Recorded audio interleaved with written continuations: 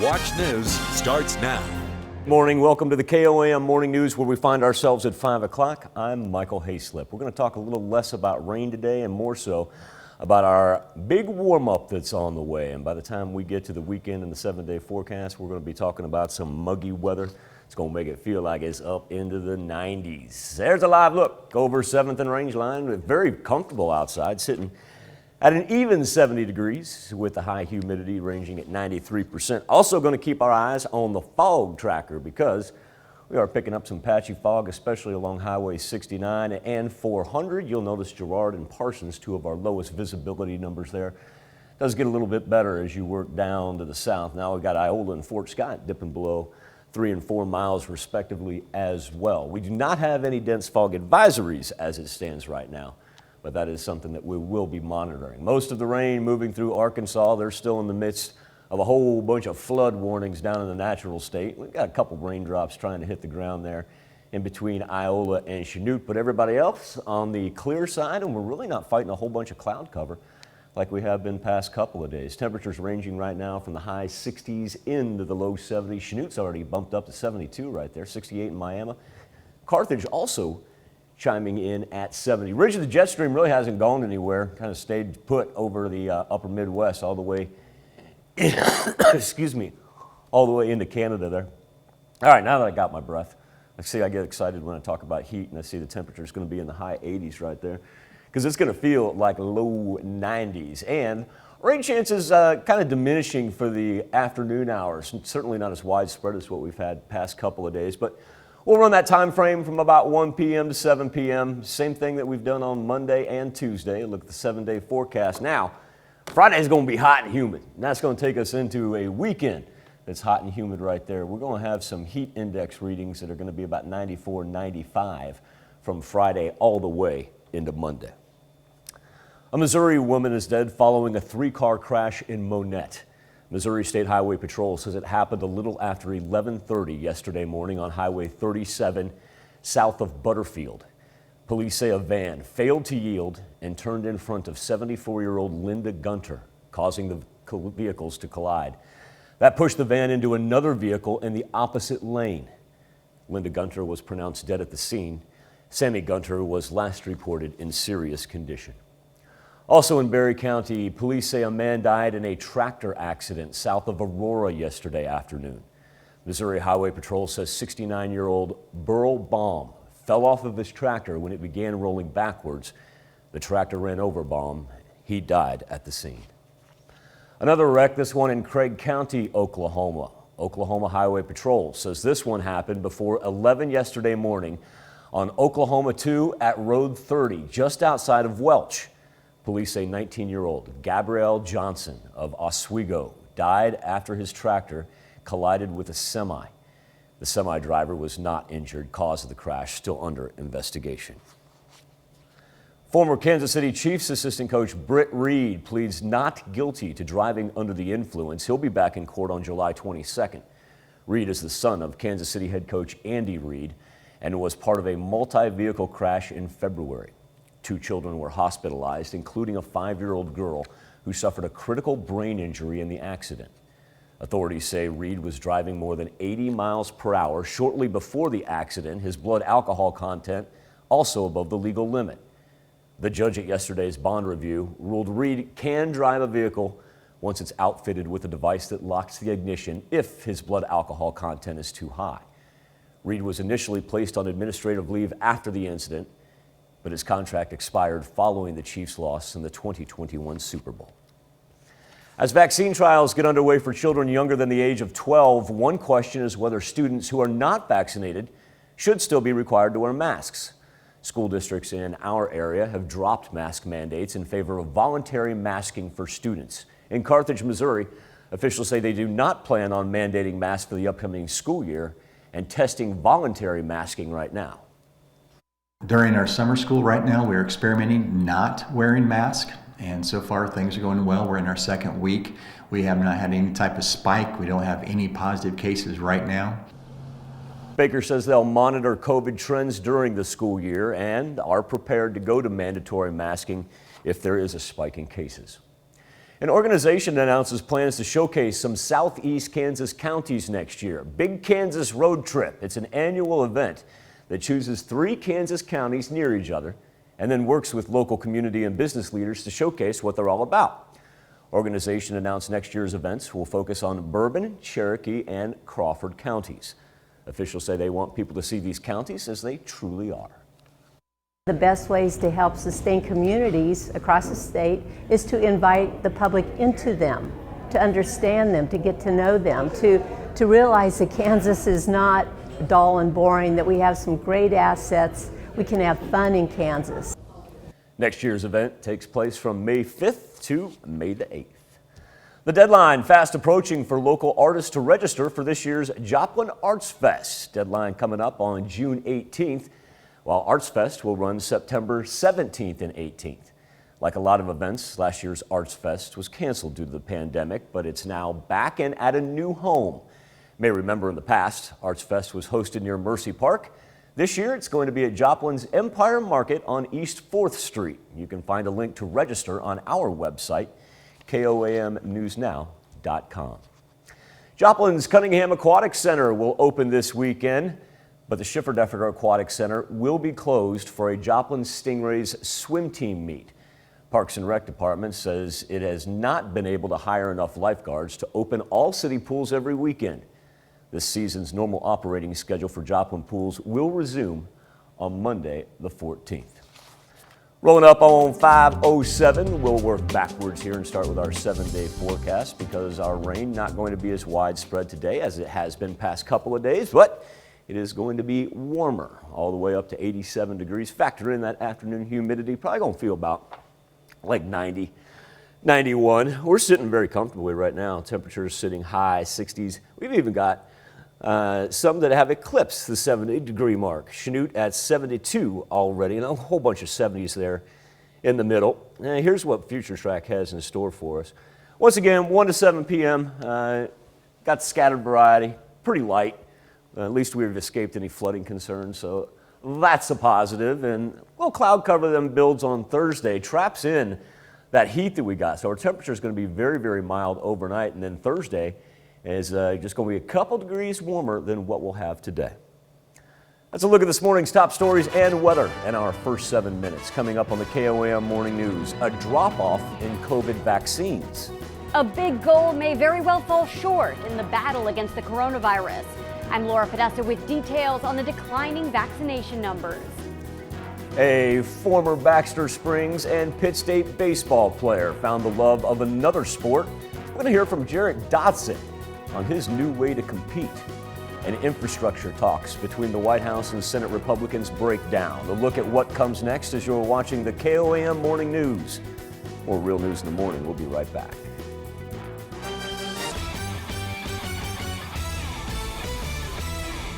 Joplin Outlaws suffered their first loss of the season Monday night. Fell to St. Joe 8-5. Now with that loss, Outlaws 3-1 through their first 4 games.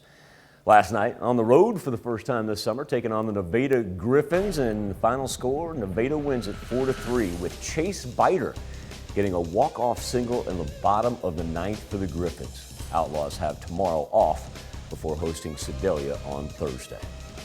American Legion baseball post 64 in Pittsburgh at home against Montgomery County.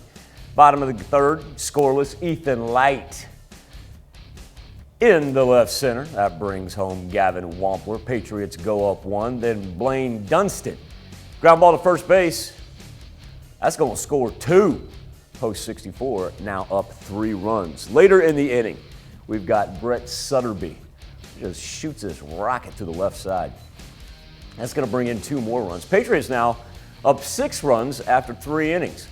Cardinals looking to respond. Ryan Leaker finds the hole right there. That's going to score a run, but the Patriots are still up by 5 runs. Bottom of the 5th, this dude, Gaston Fields. 2-run RBI to center. It's enough to end this one early as Post 64 gets the win. 12-1 final in 5 innings. Jared Dotson was an all-state pitcher for Baxter Springs High School and a 4-year player for Pitt State baseball. He was the Kansas Pitcher of the Year at Baxter. led them to a state championship in 2016. But now, with baseball behind him, Dotson's found a new way to keep competing. He's been a pitcher for most of his life, but now I always have had a love for going fast. he has moved on to the racetrack. Yeah, it's just one of the best feelings in the world, honestly. Just 1 week after finishing his baseball career at Pitt State, Jarrett Dotson jumped in a car and competed in his first race. I'm a lot more nervous getting in this race car sometimes before races than I really ever was in baseball, which is kind of funny because I've played in some pretty big games here and there. When he was pitching, he was in control. He was out there. It was his game to win or lose. And you get into these cars and, you know, when you've got 16 of them bunched up, you know, at 80 to 100 miles an hour, there's not much room for error. Racing is a family tradition for Dotson, with both his dad and grandpa competing before him. I had the privilege of racing back in the 90s at Joplin. We raced all over the Midwest and had some success, but as a dad, watching your son excel and achieving what his dream to come true is far superior to anything that I've ever done. He even built his first car with his dad last winter. If you're into mechanics and cars and stuff like that, getting to build a car with your dad is one of the coolest things that you can do as a kid. I got to do that with my dad, you know, and my dad went to heaven a long time ago. And for him and I to be under the race car working together and me explaining and sharing my knowledge, it's just been a really special time for he and I. Just sharing something like this is something he and I can do for many years to come. So we're excited about the future of what Jared has the opportunity to do in these race cars. Dotson is just getting started and has bigger plans for his racing career. For now, though, you know, we'll cross that road when we come to it. I'm just trying to get us through this first season first without really tearing anything up. Dotson has competed in 4 races in the last 2 weeks. Already picked up his first top 10 finish on Friday night and plans on being right back out there this weekend. Still to come on the KOAM Morning News, a key to a 3-year operation. The FBI takes down suspected criminals with a secret phone app. I'm Ian Lee with the worldwide arrests. And a check on our 7-day forecast when the KOAM Morning News returns. 5:17 sounds like a good time to roll weather on the 7th. Live look outside of Television City. We're going to pay attention to some growing fog. Doesn't look too bad from the tower cam right now. You get down to ground level though, especially on some low-lying areas, and our visibility number is going to dip below 2-3 miles right there. Girard's down to 1.5 right now. Parsons sits at 3.5. So along 69 and Highway 400, those are kind of looking like our problematic areas right now, and that's whether you go north or south on 69. It does get a little bit better down here to the south, and at the same point in time, I want to point out we do not have a dense fog advisory in effect for us. Pretty clear over 7th and Rangeline right now, where we sit at an even 70 degrees. Humidity already kicking up to 93%. Smattering of 70s across the 4 states. We'll throw Oswego and Welch in there, as well as Carthage and Chanute up to 72. So not a wide variety of temperatures right now. It's very, very comfortable outside, even with that high humidity. Skywatch Storm Tracker, don't have the cloud cover that we've had past couple of days. We've seen just a couple morning raindrops, but certainly nothing sustained and nothing organized. Arkansas still getting battered with additional rainfall right there. The majority of it has moved on the east side of the Mississippi, but still you've got half of the natural state covered in flash flood watches, now expanding as well into portions of Mississippi. So for us, it's another day of warmer temperatures. The ridge of the jet stream really hasn't moved since yesterday. Still all the way up past the Canadian border. Has given the northeastern section a chance to dry out a little bit, and they would love to have some rain on the other side of the Rocky Mountains. It's just they haven't had any luck so far past couple of weeks. We'll be up into the high 80s today, so I'm going to feel about like 90, 91 this afternoon. Once again, just like we have past couple of days, chance for just light scattered rain, and certainly not as widespread as what we had on Monday or Tuesday, as a matter of fact. We're going to pay more attention to our heat by the time we get to the weekend than we are more so our afternoon rain.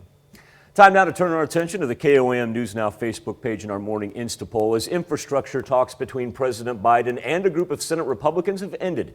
The White House now turning to a bipartisan group of lawmakers to come up with a deal. Madeline Rivera is in D.C. with the latest on plans moving forward. The efforts of President Biden and a group of Senate Republicans to create a bipartisan deal on infrastructure crumbled on Tuesday. Senator Shelley Moore Capito, who led the negotiations, called the collapse disappointing. I just feel like we've missed a real opportunity here for at least 20 Republicans to join with the other Democrats to pass the most robust infrastructure package that we could have. Capito says the president had been unwilling to budge on the size, scope, and pay-fors, despite their efforts to meet his request. He said $1 trillion over 8 years, and you can include baseline spending. But the White House says it did not agree to that amount. In a statement, White House Press Secretary Jen Psaki says while the president was willing to reduce his plan by more than $1 trillion, the Republican group had increased their proposed new investments by only $150 billion. The sausage making is messy. It takes time. There are ups and downs in the roller coaster. We're right in the middle of the sausage making right now. The attention shifting now, though, to a group of bipartisan lawmakers who are cooking up a potential infrastructure deal. The White House has already started engaging with them. It's going to take us working together with each other and talking to one another and listening to one another. Senate Majority Leader Chuck Schumer also says they're preparing reconciliation, a special budget process to avoid a filibuster, which won't require Republican support. We're not going to sacrifice the bigness and boldness in this bill. We will just pursue two paths, and at some point they will join. House Transportation Committee also marking up its $547 billion surface transportation bill today. It's seen as a placeholder for an eventual infrastructure bill. Our question to you on our morning Instapoll: do you think the president's infrastructure bill should be passed? Log on to KOAMnewsnow.com/vote and let us know what you think. We'll get some of your results. Come back to Health Watch next. Topping Health Watch this morning, 63% of adults have received at least one dose of a coronavirus vaccine. It's led to a steep drop-off in coronavirus cases, deaths, and hospitalizations. But the Biden administration still hopes more people will end up being vaccinated. Laura Podesta has more on that, plus a new vaccine trial for younger children. Last month, President Biden set a target for coronavirus vaccinations. Our goal by July 4th is to have 70% of adult Americans with at least one shot. But with less than 4 weeks to go until Independence Day, it appears that goal may fall short. July 4th is not the end of it. The number of vaccinations nationwide is less than 1 million per day, down 77% from the peak in April. We want to reach 70% of the adult population by the 4th of July. I believe we can. I hope we will. And if we don't, we're going to continue to keep pushing. CDC Director Dr. Rochelle Walensky noted the shots are working to combat the virus. The first time that the 7-day average of cases has been less than 15,000 since March 27th, 2020. As for children, more than a quarter of 12 to 17-year-olds have received at least one dose. Well done. Siblings Max and Zoe are part of a new Pfizer trial for 5 to 11-year-olds. I can go back to playing with my cousins. Right now, we've only been playing video games and calling each other on FaceTime. Pfizer and Moderna hope their vaccines will be available for children as young as 5 this fall. Almost 4 million children have been infected in this country, with over 16,000 hospitalizations and between 300 and 600 deaths. Both drug makers also plan to have their vaccines available to kids as young as 6 months old later this year. Laura Podesta, CBS News. Trial results from both companies for 5 to 11-year-olds are expected this September. Moderna has already started its trials on even younger kids. Pfizer says it's going to begin in a few weeks. New research suggests women trying to conceive should avoid heavy drinking. A study published in Human Reproduction found heavy drinking during any phase of a woman's cycle was significantly associated with reduced chances of becoming pregnant. Your bone health could impact your risk of developing Parkinson's disease.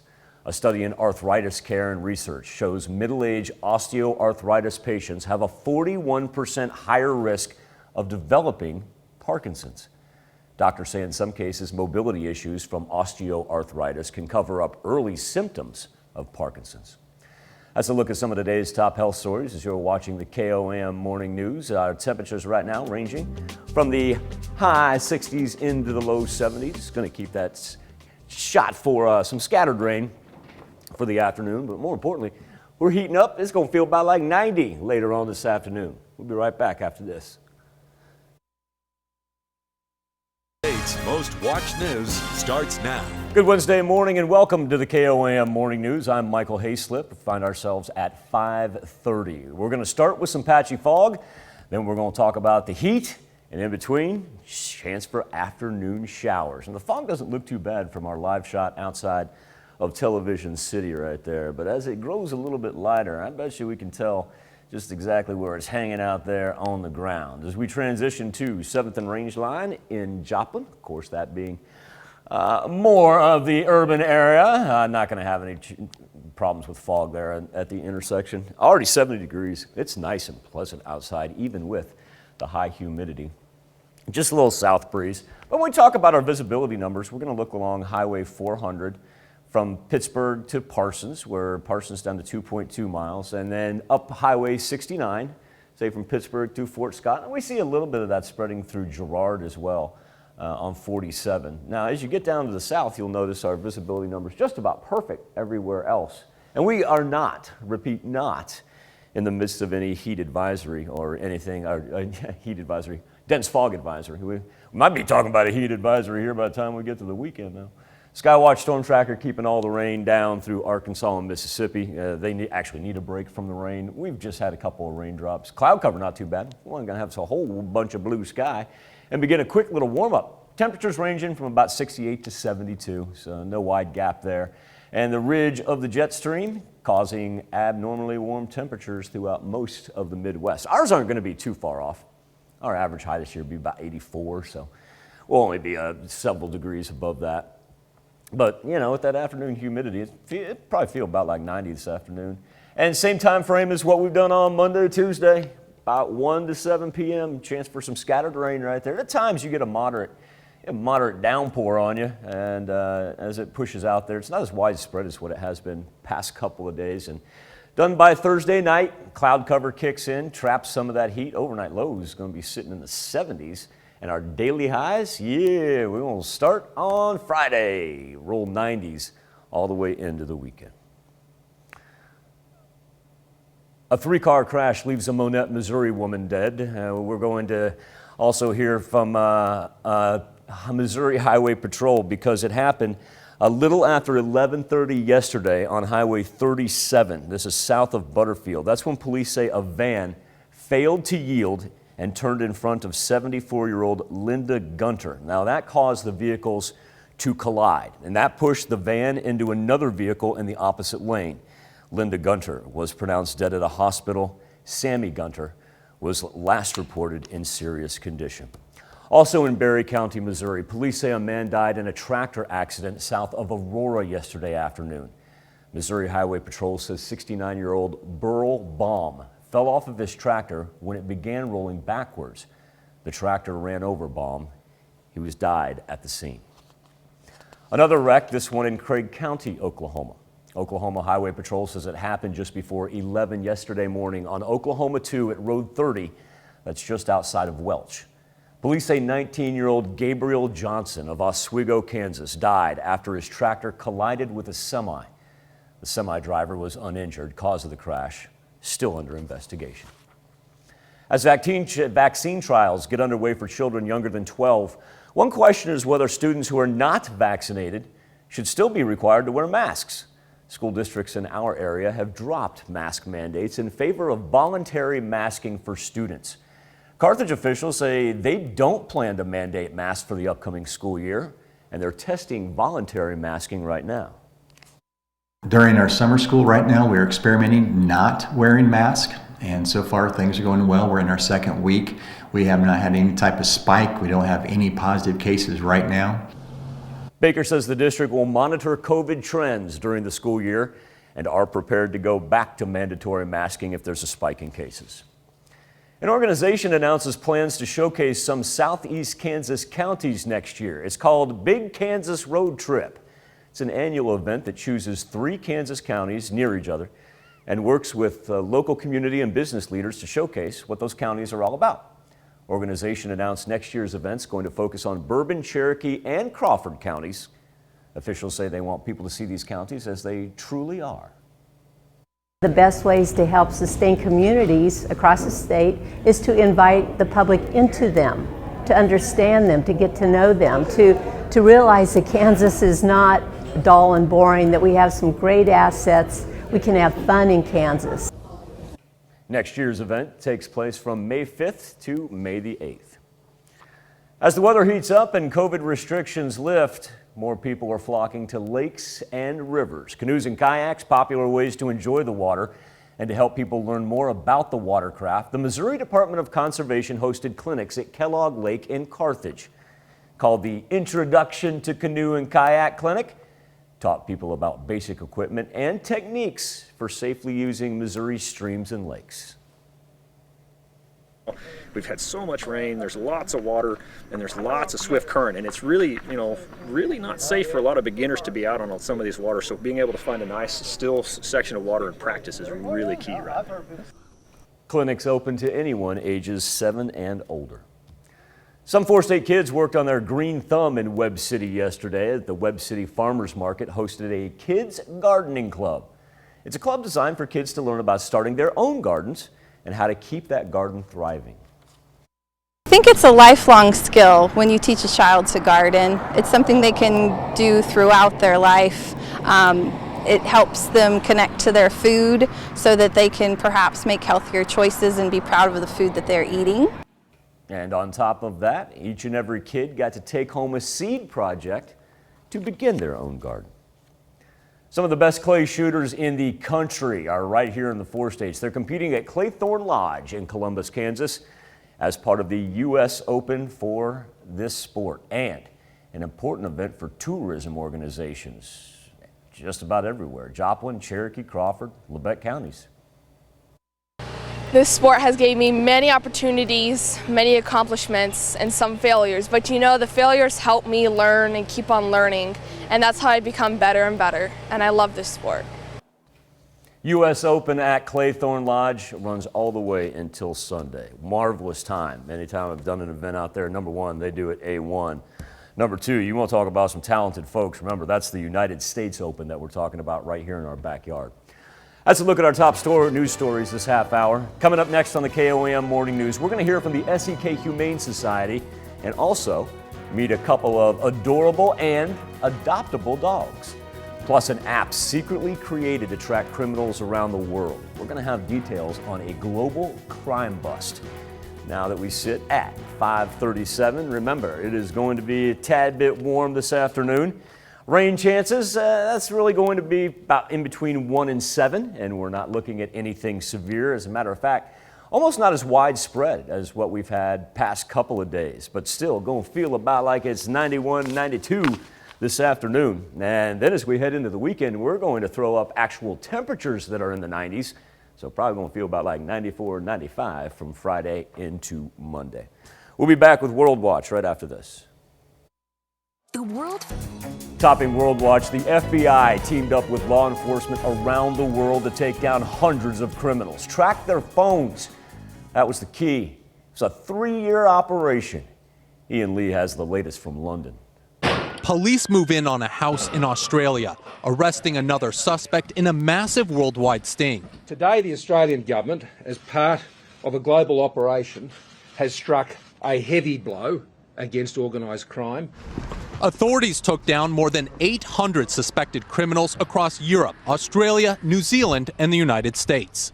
We allege they are members of outlaw motorcycle gangs, Australian mafia, Asian crime syndicates, and serious and organised crime groups. The FBI tricked suspects into using an app they secretly created and got into the hands of gang members around the globe. Phones loaded with the app could only be bought on the black market and allowed law enforcement to monitor criminals in real time. There is a robust network of international law enforcement agencies that are resolute in combating this global threat.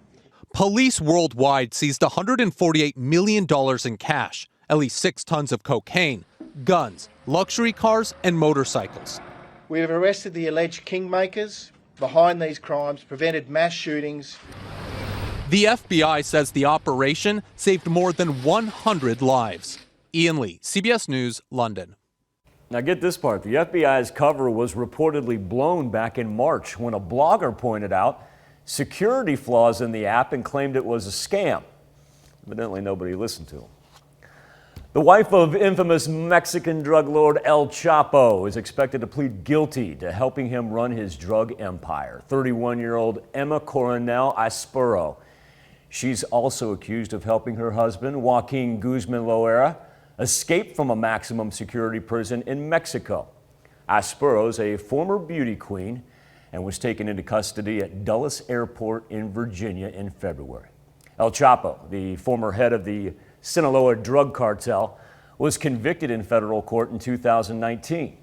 He's currently serving a life sentence. The removal of U.S. troops from Afghanistan could be completed by the 4th of July. U.S. officials saying the final exit of equipment and troops will most likely be done later in the summer. But the target at this point remains Independence Day. The top U.S. commander for the Middle East is expected to speak with the defense secretary regarding military operations for securing the U.S. embassy in Afghanistan and providing counterterrorism support from outside the country after the withdrawal.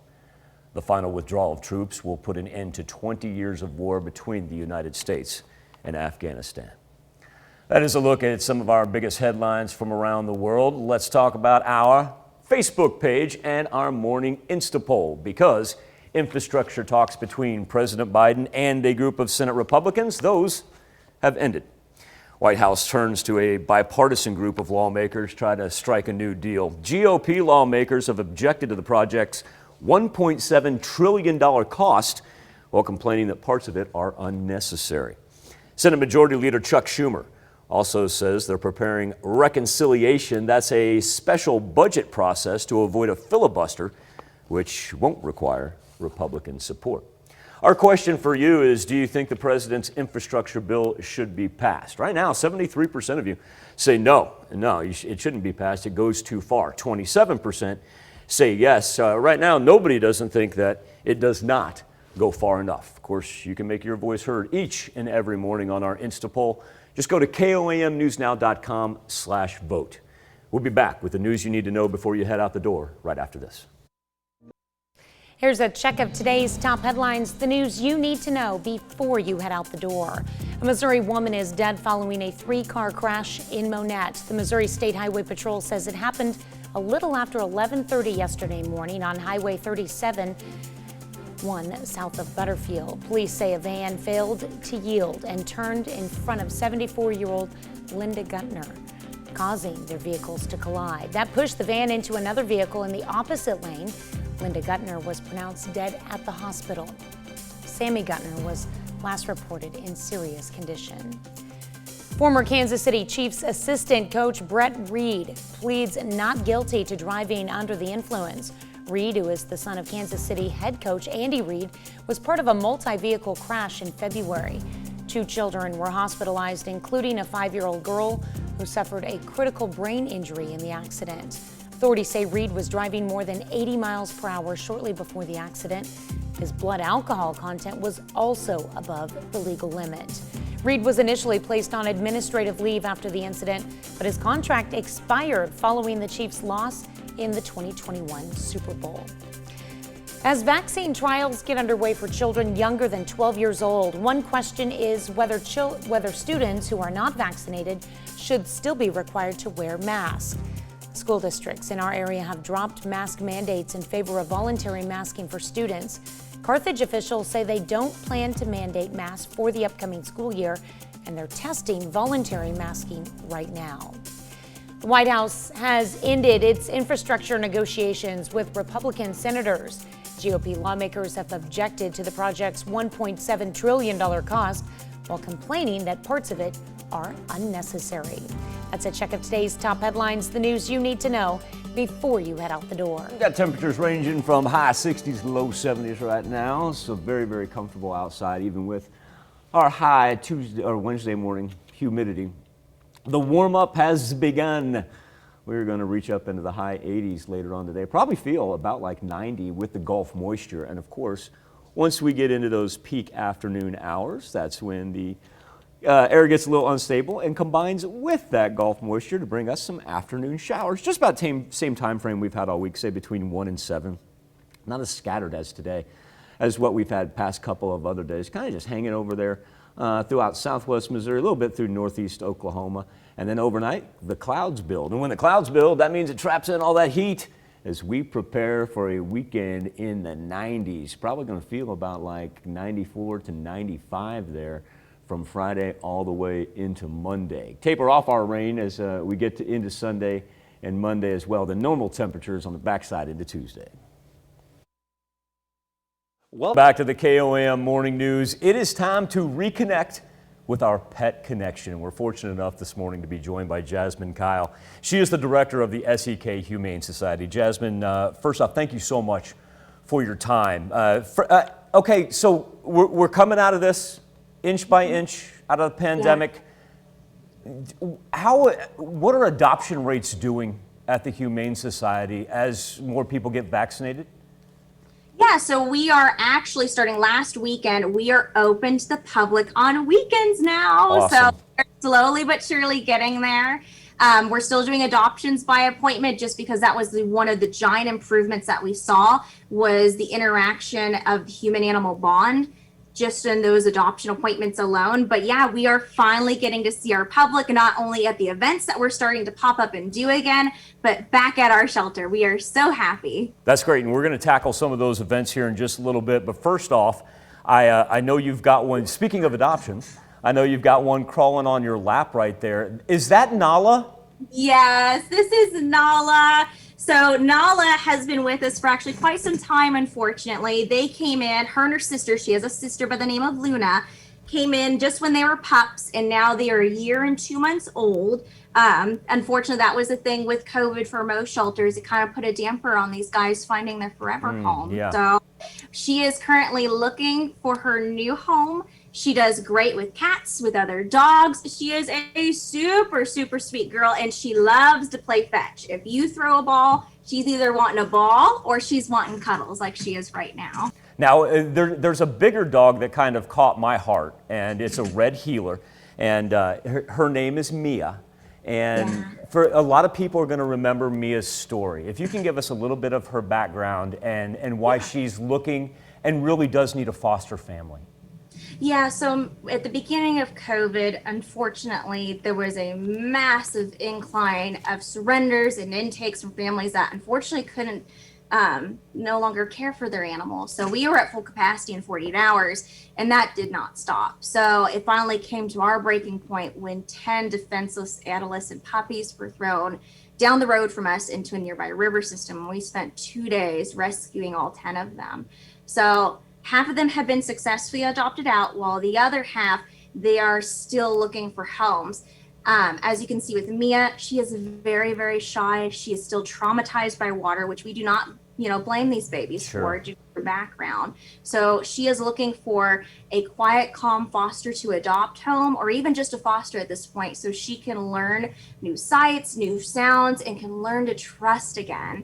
It would do amazing benefits for her to be in a foster home. And just the picture of Mia, as soon as I looked at her, and folks, I usually don't have a visceral reaction to things, but I looked at the picture of Mia and I just went, oh, she looks so perfect. Hey, I want to finish off with Dowser, because Dowser looks fun. Yeah. So Dozer, he's a very big boy. He's a big old goofball. So for how big he is, he's only like 9 months old. He is just a little kid still in doggy terms, but his mama Moki came in and brought in with her kids, and Dozer is one of them. And he is a big old lovable goofball. For how big he is and how tanky he looks, people are like, whoa, that's a big dog.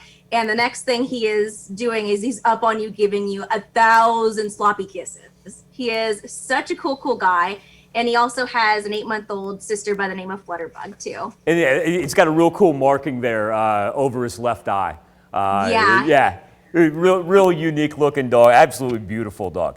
Hey, Jasmine, I'll tell you what, with it being the summer months and everything and everybody coming off the pandemic, I know you've got the opportunity for people, especially high school and college students, to maybe sneak in some volunteer hours that they may need for extracurricular and societal activities. Would you mind sticking around here and kind of explaining those, and we'll come back and revisit in just a little bit?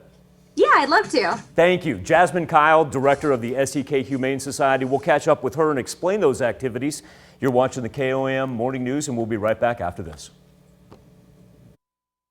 It's the Couple beautiful shots of sunrise across the 4 states, about a minute away officially over Joplin. That's 7th and Range Line as the sun gets ready to make its way over the tree line there, and there's a transition outside of Television City. Now look down there on the ground. You can tell that fog picking up a little bit, and so it's beginning to get just a little bit denser. We've been talking about our visibility numbers specifically along Highway 400 in southeast Kansas.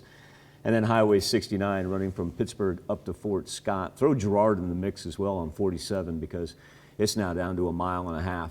Joplin hasn't been too bad. Visibility sitting at about 8.5, 9 miles there. So the farther south that you get through southwest Missouri and northeast Oklahoma, it's much, much better. Temperatures up into the high 80s today. Shot for afternoon showers will be scattered, not looking at anything severe, in the 90s by the time we get to the weekend.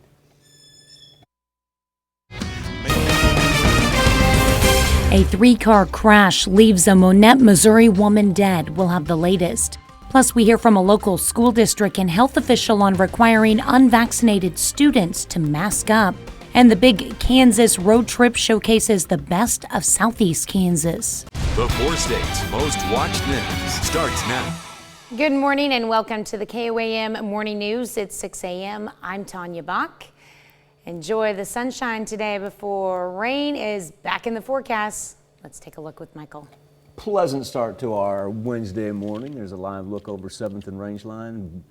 All different colors, just absolutely gorgeous and very, very comfortable, sitting at 69 degrees. We were sitting at 70 there for the longest time. I kind of jumped the gun a little bit. Humidity is sitting at 96%, but it's not really making a difference as far as what it feels like outside. Fog tracker, no dense fog advisories. I do want to point that out. We are not in the midst of one of those, but visibility numbers now dipping below 2 miles in both Girard and in Parsons. All the rain stays down to our far southeast through Arkansas and Mississippi, as we're off to just a delightful start and not as much cloud cover as what we've had past couple of days. Temperatures ranging anywhere from 67 to 70, so we're having just a little post-sunrise dip, I guess, because we did have some 72s up there a little bit earlier. But the ridge of the jet stream still up by the Canadian border, meaning nice warm temperatures for the duration of our Wednesday.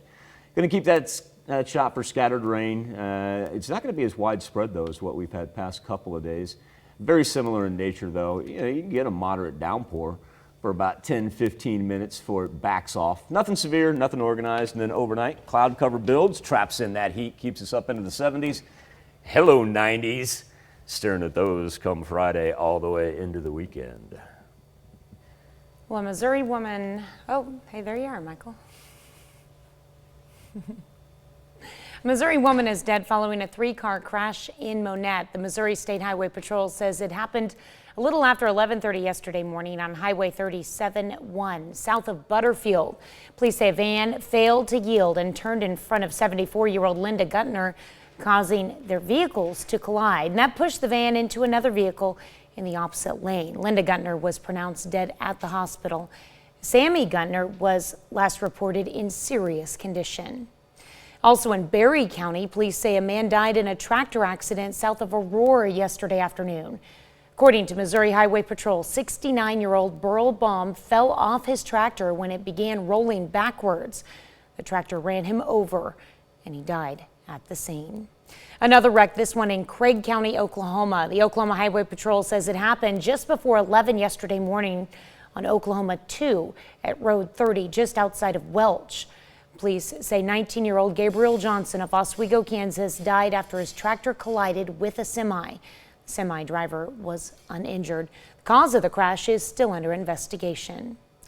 Former Kansas City Chiefs assistant coach Britt Reed pleads not guilty to driving under the influence. He'll be back in court July 22nd.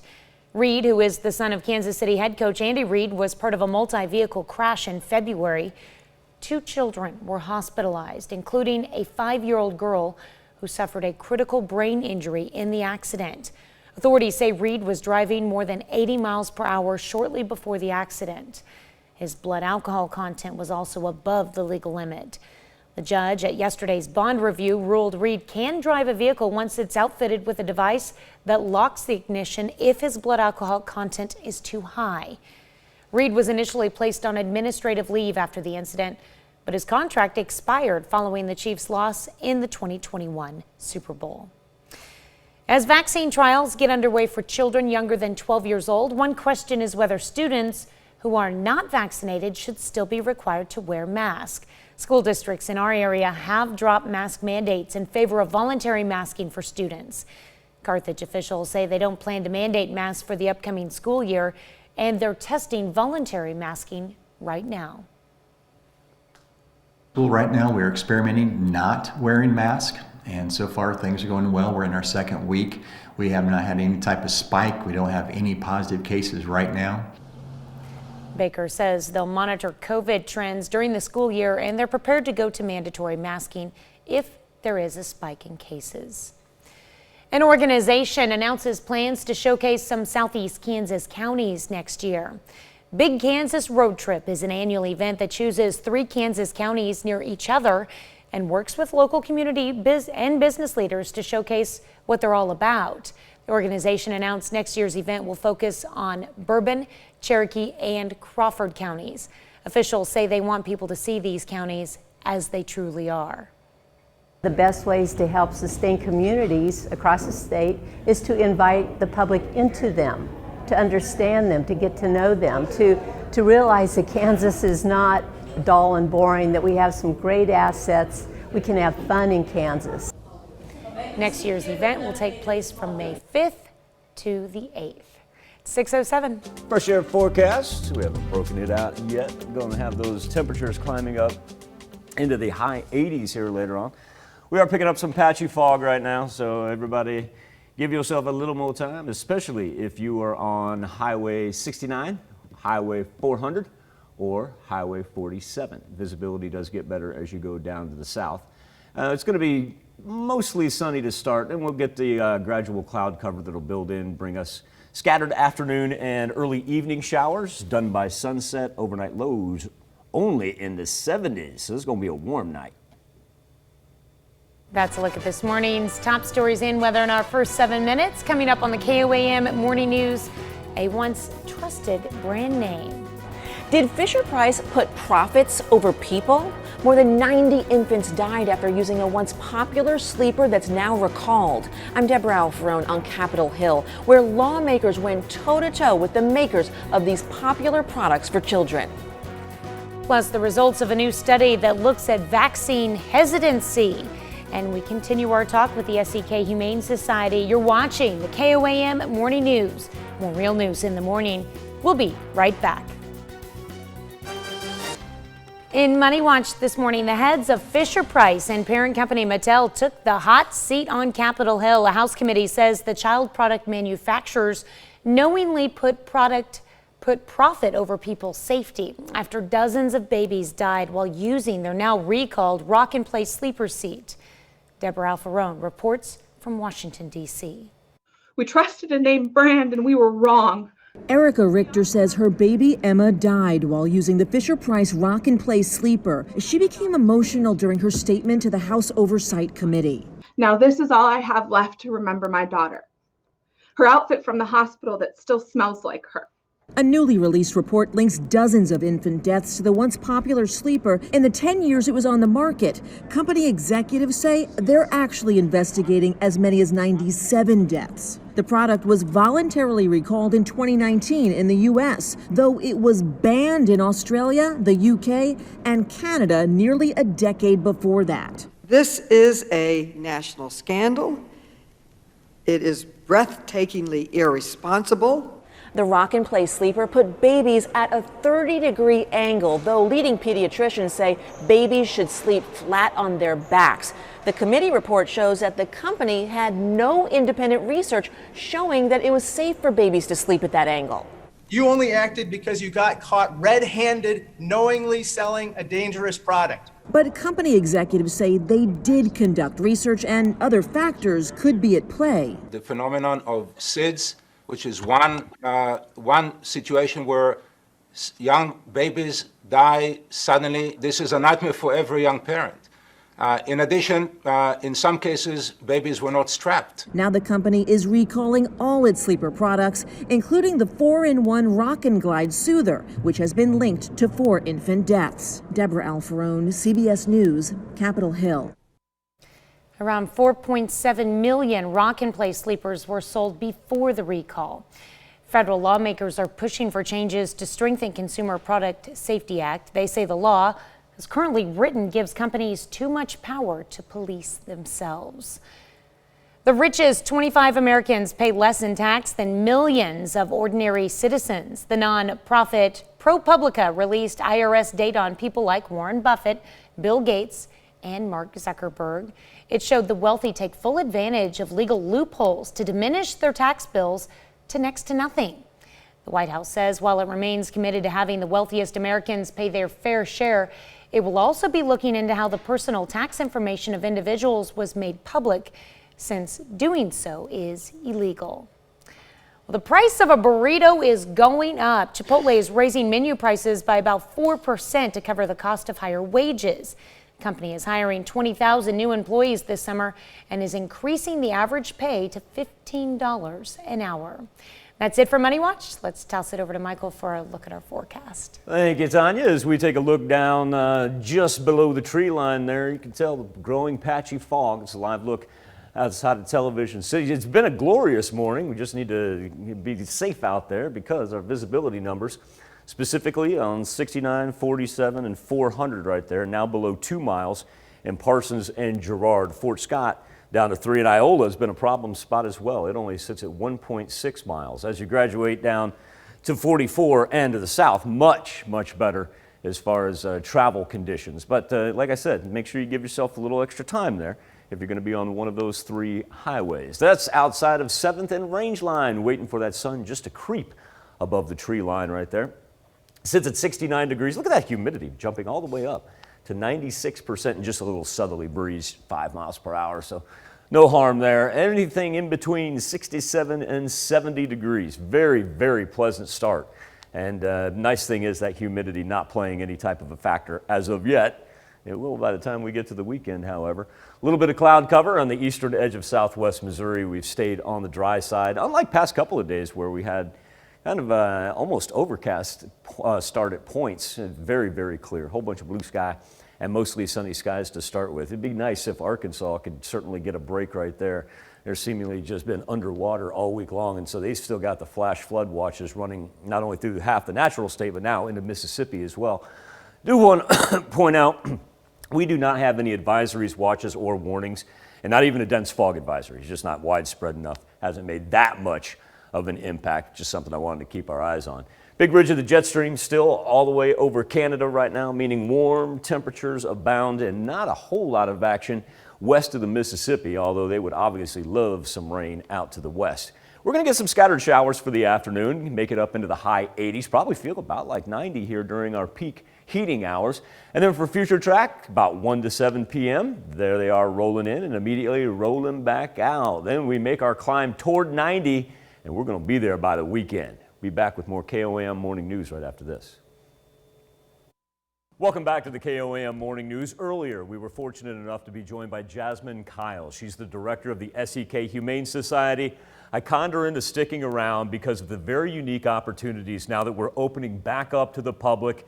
Pandemic getting a little bit better each and every day, and you have a wonderful opportunity to work with not only Jasmine, but Nala, sitting right there on Jasmine's lap. Jasmine, volunteers are so important, not only to the SEK Humane Society, but every humane society. And now that you're able to open back up your doors, what are some of the opportunities that people may want to take advantage of?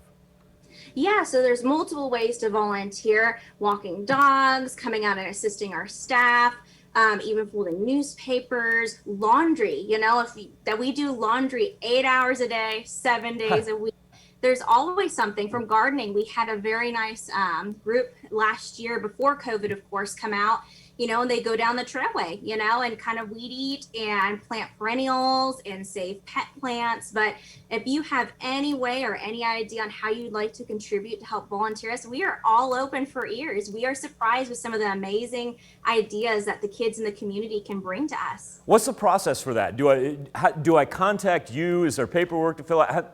If I want to volunteer my time, where do I begin?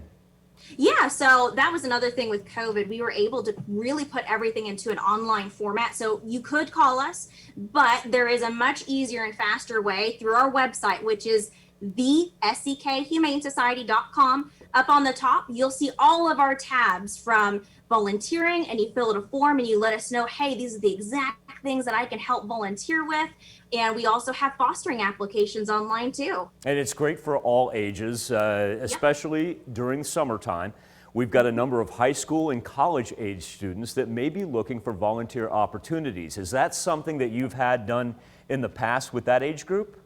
Oh yeah, absolutely. If you have a class or a group project and you're needing paperwork signed off on ours, we can absolutely do that. That's not an issue.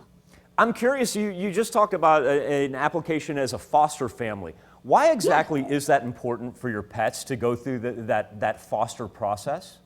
Yeah, so socialization, that is the biggest thing. So one of the dogs we talked about earlier, Mia, with her background in her case, she is going to need really a practice home. That way she can be more comfortable, get used to sights and sounds. It is crucial for those dogs to be placed in a foster home so they can kind of learn the ropes and experience hand on hand a human animal bond.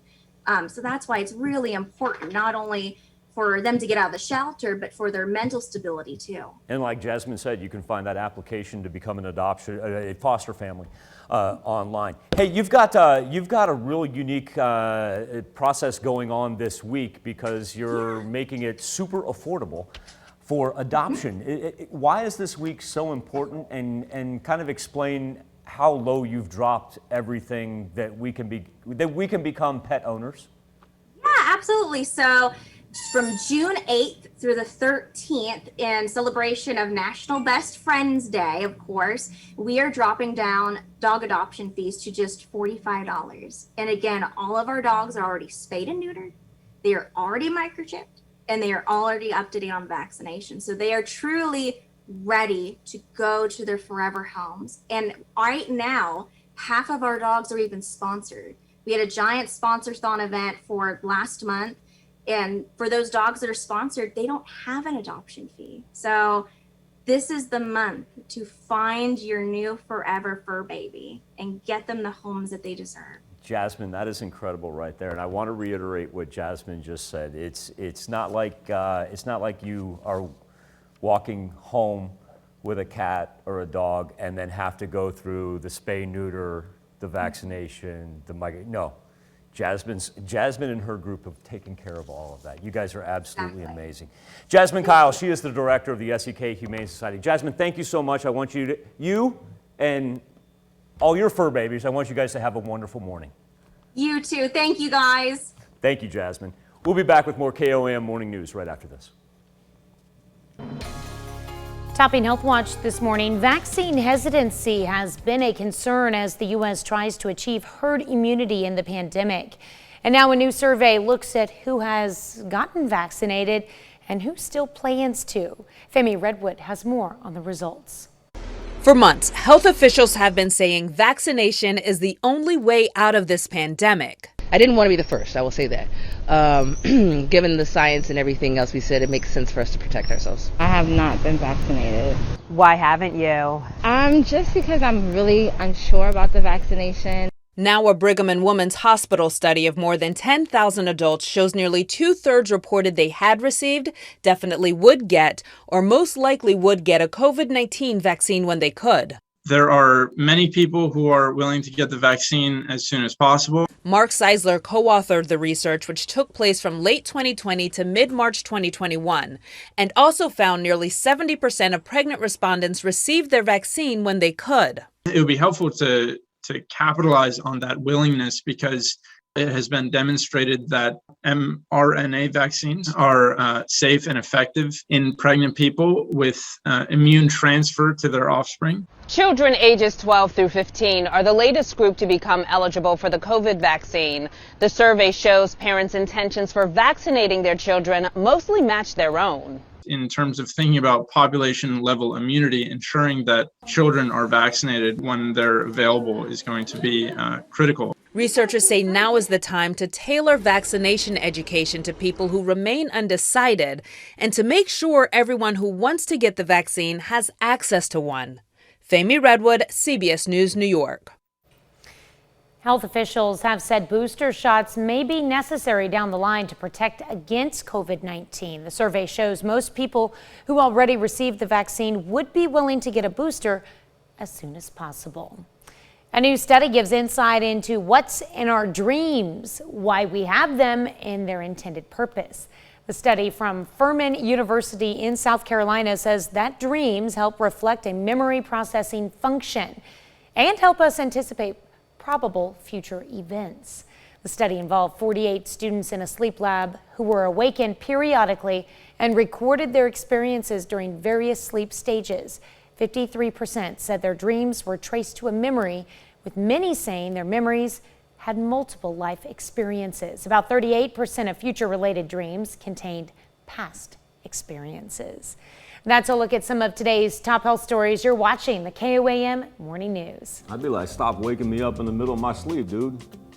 I'll let you know what I was dreaming about when I woke up. Here we are with sun making its way over the tree line at 7th and Range Line. Do want to point out the fog that you see there rolling outside of Television City. So while we do not have any dense fog advisories right now, please know that especially along Highway 69 and Highway 400, it is rolling and getting thicker as we progress through our morning. Haven't had a chance to burn it off as of yet, but we will, because we're going to make it up into the high 80s later on. And mostly sunny start. That's the great thing about it. No worries on the Skywatch Storm Tracker right now. That is for sure. Now, eventually, we're going to get some scattered afternoon showers, say between 1 and 7 p.m. Sounds familiar. Be right back after this. Anyone. A 3-car crash leaves a Monette, Missouri woman dead. We'll have the latest. Plus, we hear from a local school district and health official on requiring unvaccinated students to mask up. And the big Kansas road trip showcases the best of Southeast Kansas. The 4 states' most watched news starts now. Good morning and welcome to the KOAM Morning News. It's 6:30. I'm Tanya Bach. Enjoy the sunshine today before chances of rain return to the forecast. Let's go straight to Michael for a look. Here's what we got on the Skywatch Storm Tracker right now, Tanya. A couple raindrops trying to come down there in southeast Kansas, so some of that not even able to hit the ground, however. Beautiful start outside of 7th and Range Line. We'll start with that, and then we'll go to Television City. There it is, the sun rising above the tree line. Now, as far as what we've got here at the mothership, pay attention down low. Yeah, you can see that fog beginning to not only roll in, but also get just a little bit thicker. That's why we've been keeping our eyes on visibility numbers throughout this Wednesday morning, as we are now down to 0 in Girard and below a mile in Iola. Fort Scott dipping below 2 miles.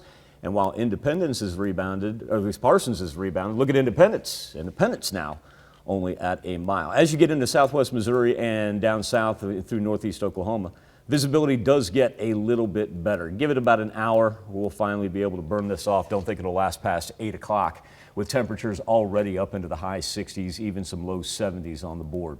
As we progress toward the high 80s later on this afternoon, chance for scattered showers kick in. Sounds like a familiar refrain, in between 1 and 7 p.m. That's what we've been rolling all week long. Nothing organized, nothing severe, but you can get a moderate downpour on you for about 10 minutes every now and then. These clouds build overnight, and one thing that does is, number one, makes for very warm June nights here. Temperatures managing to stay in the 70s, and let's just continue to warm up each and every afternoon until the point where we get to the 90s on Friday through Monday. Ooh, ready for that heat. We'll feel about like 94, 95 there over the weekend. Yeah.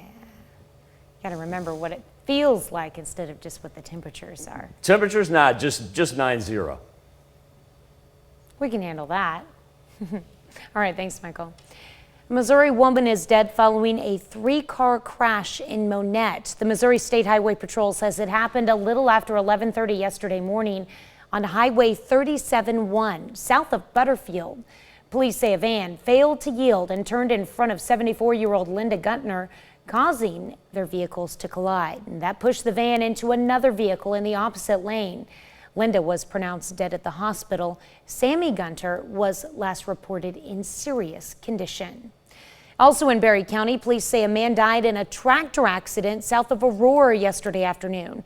According to the Missouri Highway Patrol, 69-year-old Burl Baum fell off of his tractor when it began rolling backwards. The tractor ran him over and he died at the scene. Another wreck, this one in Craig County, Oklahoma. The Oklahoma Highway Patrol says it happened just before 11 yesterday morning on Oklahoma 2 at Road 30, just outside of Welch, Oklahoma.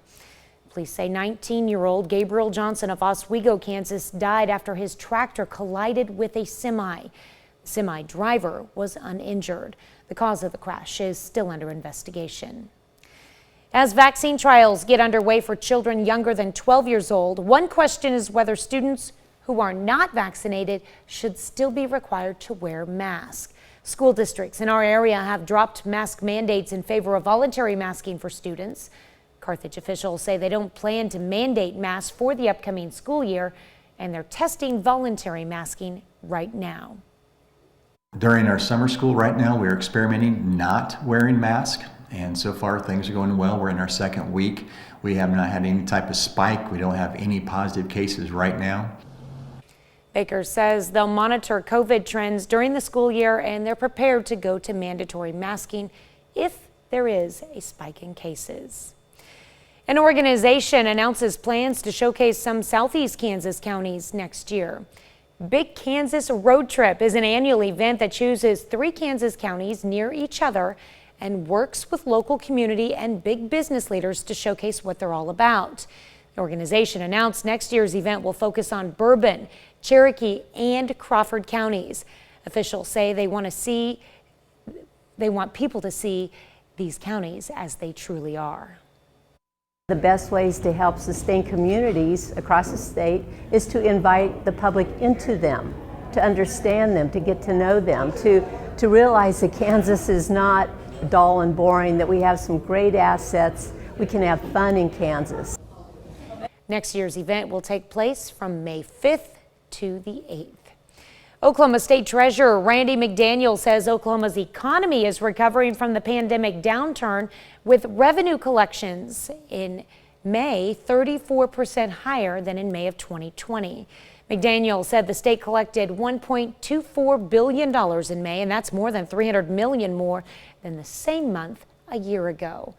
McDaniel said the economy was spurred as quarantines were lifted and businesses reopened, releasing pent-up demand for goods and services.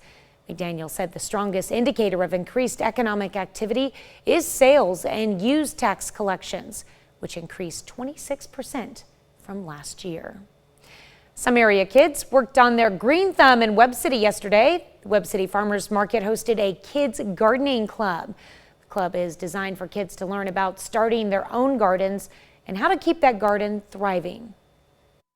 I think it's a lifelong skill when you teach a child to garden. It's something they can do throughout their life. It helps them connect to their food so that they can perhaps make healthier choices and be proud of the food that they're eating. Every child got to take home a seed project to begin their own garden. As the weather heats up and COVID restrictions lift, more people are flocking to lakes and rivers, and canoes and kayaks are popular ways to enjoy the water.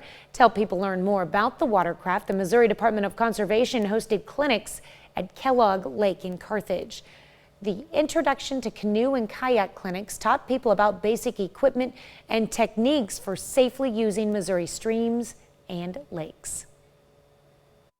We've had so much rain, there's lots of water, and there's lots of swift current, and it's really, really not safe for a lot of beginners to be out on some of these waters. So being able to find a nice, still section of water and practice is really key right now. The clinics were open to anyone ages 7 and up. Clay shooting competitors get their shot. Clay shooters from 45 states and 4 foreign countries are in southeast Kansas for the U.S. Open of Clay shooting. Claythorne Lodge, west of Columbus, hosts the event and says it brings in some of the best shooters in the world. But it's open to all shooters in all classes. Organizers say the event will have more than 1,000 participants, including more than 24 world and national champions and a member of the U.S. Olympic team. The lodge expects to throw more than 1.3 million targets. The event runs through Sunday. That's a look at our top news stories. Coming up this half hour on the KOAM Morning News, the president heads to the UK today. As he heads to Europe for his first trip abroad today, the president may have some issues stateside lingering in his mind. I'm Laura Podesta with more on the stalled talks regarding Biden's infrastructure and jobs plan. Plus, for our Something to Talk About, we're asking, do you think the president's infrastructure bill should be passed? We let you weigh in, but first, it's 6:37. Fresh air forecast going to throw us up into the high 80s today. Chance for scattered rain in between 1 and 7 p.m. And early this morning, we're just making sure that you be safe because we've got patchy AM fog. We'll be back with Nation Watch next. I used to need... Topping Nation Watch this morning, an international sting operation led by the FBI results in more than 800 arrests. Its targets were users of an encryption service called KOAM. The suspects apparently believed their messages couldn't be deciphered by law enforcement agencies. Turns out the FBI developed the app and was copied on every conversation. More arrests are expected. A new Senate report reveals security breakdowns ahead of the January 6th attack on the Capitol. It finds Trump supporters had posted several violent threats online in the days and weeks leading up to the attack. It notes law enforcement officials relied on information on past rallies that remained nonviolent and that they were worried about clashes between groups, but didn't focus on violence toward a building. The report also concluded even though Capitol Police were aware of the potential for violence, they didn't get that information to all officials who should have known. The president heads to the UK today for the G7 Economic Summit, but issues stateside will still be on his mind as talks for his $1 trillion infrastructure plan stall. CBS News' Laura Podesta has the details.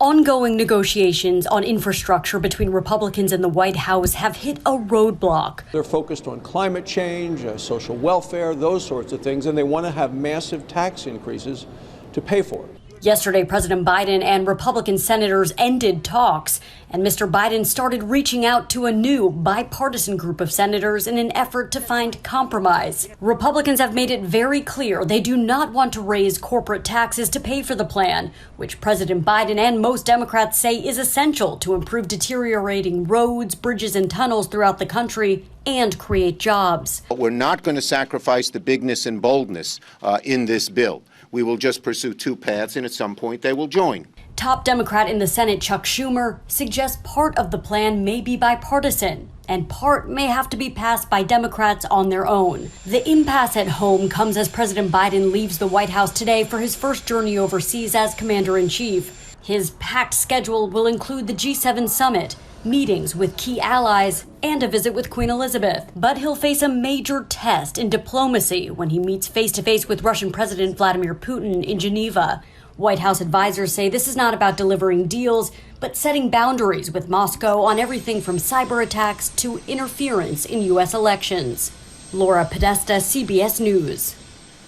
Journalists covering the president's first trip overseas have already hit their first snag. The White House press charter set to fly them to Europe was delayed several hours due to mechanical issues caused by, get this, a swarm of cicadas. Wow.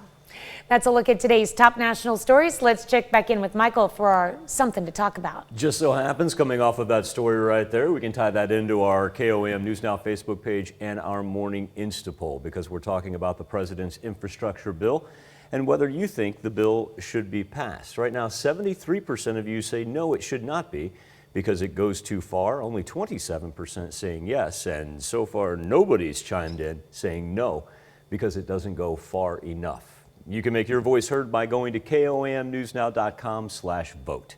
Be back with birthdays and anniversaries right after this.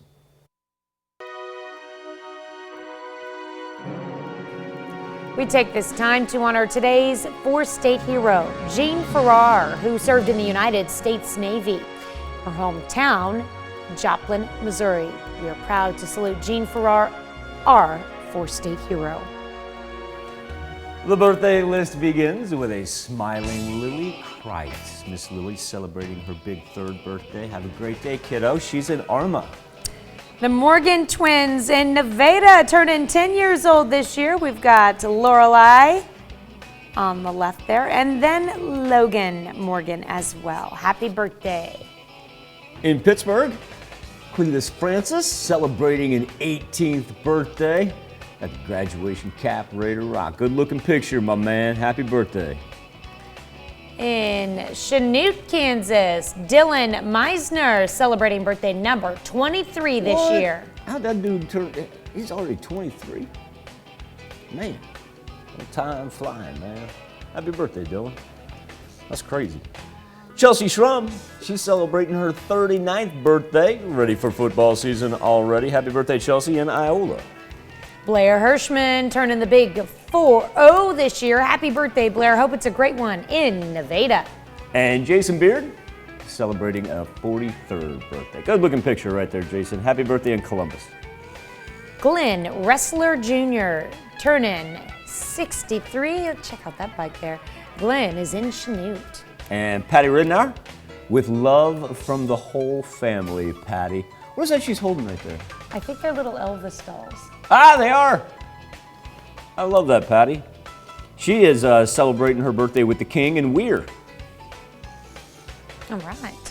And we've got Don Taylor turning 72 years old this year. Don is in Liberal, Missouri. His hands are full. Kara Langford, a happy birthday in Carterville. I got this one. This one's mine. So, Aww. yeah, so little short story for everybody. And my mom knows this. That woman right there is, I refer to her as mom number 2, because sometimes when you're young and ignorant and like don't know what to do when you get to a new place at work, you need a mom number 2 to take you by the hand and walk you through like becoming an adult. And that's the woman in my life that did that right there. And Debbie, I will never, ever forget everything that you've done for me and helping me become an adult. Happy birthday to Miss Debbie Allman in Riverton. All right, happy birthday, Debbie. She was also here helping me out in that much the same way when I first came here. I love you like 15 Debbie. years I love ago. you like a mom. You know that. Yeah. Happy birthday, Debbie. Bill and Kathy Parrish are celebrating their 43rd anniversary. There's a little throwback picture there from Crestline, Kansas. We gotta get an update on Bill's hair. I hope it's the same. This is what it was 43 years ago in that picture. That's great. And Vernie and Barbara Broyles, they're celebrating their 59th anniversary. Congratulations to the Broyles. They are celebrating in Neosho. That's an awesome hat that Vernie has as well. That is good looking. Good looking, sir. Happy birthday and happy anniversary to all on this June the 9th. That's where you can send them into.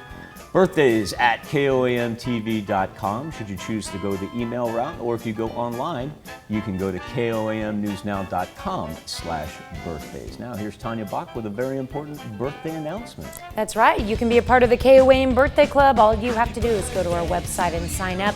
And once you do, you'll get special deals from local businesses. Go to KOAMnewsnow.com and sign up for the KOAM Birthday Club today. Update our visibility numbers from the fog tracker. Still dense and thick in Girard and Iola, though Independence right at a mile as well. We are seeing Parsons get a little bit better. Stroll down south toward Joplin, Miami, Neosho, you're going to be just fine. It's really kind of picking on Highway 69, Highway 400, Highway 47 for the most part. We'll eventually burn it off though, and do so relatively quickly. Going to have some afternoon showers, nothing severe, nothing organized. It just kind of rolls through right there at 1 to 7 p.m. Once again, same thing we've done Monday and Tuesday. Look at these temperatures headed into the weekend. Got 90s staring us in the face all the way until Monday. We'll be back, wrap up this edition of the KOAM Morning News right after this. Final look at our morning Instapoll. We're asking about President Biden's infrastructure bill and if you think it should be passed. Right now, 68% of you saying no, it should not be passed because it goes too far. 31% saying yes, Congress should go ahead and pass it. And finally got one person who heard me earlier when I said, nobody says no, it doesn't go far enough. Somebody said, I don't think it goes far enough. And so we got 1% on that. You can take part in our Instapoll each and every morning by going to KOAMnewsnow.com/vote. Tanya? All right, thanks, Michael. Here's a check of today's top headlines, the news you need to know before you head out the door. A Missouri woman is dead following a 3-car crash in Monette. Missouri State Highway Patrol says it happened a little after 11:30 yesterday morning on Highway 37-1 south of Butterfield. Police say a van failed to yield and turned in front of 74-year-old Linda Gunter, causing their vehicles to collide. That pushed the van into another vehicle in the opposite lane. Linda Gunter was pronounced dead at the hospital. Sammy Gunter was last reported in serious condition. Former Kansas City Chiefs assistant coach Britt Reed pleads not guilty to driving under the influence. Reed, who is the son of Kansas City head coach Andy Reid, was part of a multi-vehicle crash in February. 2 children were hospitalized in the crash, including a 5-year-old girl who suffered a critical brain injury. Authorities say Reid was driving more than 80 miles per hour shortly before the accident. His blood alcohol content was also above the legal limit. Reid was initially placed on administrative leave after the incident, but his contract expired following the Chiefs' loss in the 2021 Super Bowl. As vaccine trials get underway for children younger than 12 years old, one question is whether students who are not vaccinated should still be required to wear masks. School districts in our area have dropped mask mandates in favor of voluntary masking for students. Carthage officials say they don't plan to mandate masks for the upcoming school year, and they're testing voluntary masking right now. The White House ends its infrastructure negotiations with Republican senators. GOP lawmakers have objected to the project's $1.7 trillion cost, while complaining that parts of it are unnecessary. That's a check of today's top headlines, the news you need to know before you head out the door. From one on our hands as we're going to be up into the high 80s later on today. Probably feel close to 90 degrees. Future Track is going to shoot us some afternoon and early evening rain. Like I said, it's not organized. You'll get that moderate downpour on you every now and then, and may even hear some rumbles of thunder. But then as it clears off, we're going to cruise into a warm night. Look at these overnight lows, 70s, and daily highs pushing 90 all the way through the weekend. Well, coming up today at noon, we're making lemon caper fish fillet. Of course, your morning news continues on KOAM. CBS Morning News. That's coming up next. Or you can switch on over with us on Fox 14, where your only local morning news continues. We're going to show you what happens when you combine Crocs with high heels. No, I will not be demonstrating in studio. And we will also be keeping an eye on our visibility numbers with our Wednesday morning patchy fog. Till that burns off, we should be here in about the next hour to 90 minutes. Wraps it up for this Wednesday edition. I want you to have a great, marvelous Wednesday. Enjoy some warmth and some fresh air. Do me a favor. Be safe. We'll do this all again tomorrow morning. And we're going to do it again today at noon.